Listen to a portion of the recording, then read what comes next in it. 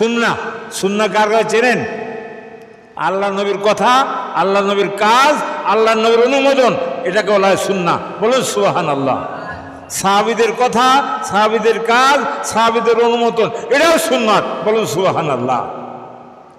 আল্লাহ নবী বলেছেন, আবি হুরায়রা রাদিয়াল্লাহু তাআলা আনহু قال قال رسول الله صلى الله عليه وسلم من احب سنتي فقد احبني ومن احبني كان معي في الجنه।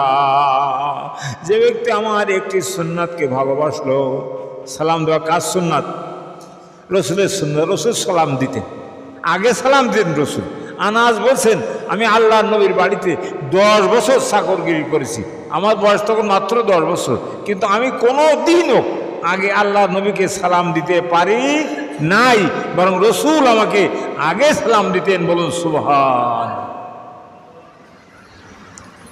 বন্ধুরা আমার, ভাইরা আমার, বাবাজিরা আমার, আল্লাহ নবী আগে সালাম দিতেন। উনি বলেছেন, রসুল বলেছেন, আগে সালাম দিলে 70টা সব বেশি হবে। বলুন সুবহানাল্লাহ।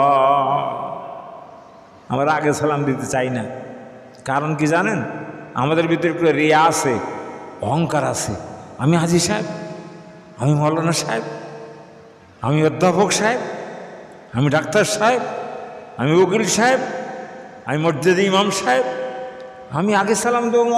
সামান্য মুসল্লি ভ্যান্টেনি খায়, ওকে আগে সালাম দেবো, এটা আমরা পছন্দ। কিন্তু আল্লাহর নবী চাকর বাকরদেরকেও সালাম দিতেন। বলুন সুবহানাল্লাহ। হযরত আনাস রসুলের বাড়ির চাকর ছিলেন কত বছর? 10 বছর। কত বছর? 10 বছর। আনাস বলছেন, 10 বছরের মধ্যে আমি কোনো দিনও আল্লাহর নবীকে আগে সালাম দিতে পারি নাই, বরং বিশ্ব নবী আমাকে আগে সালাম দিতেন। বলুন সুবহান। একটু শ্বাস ভারী করে বলুন সুবহান।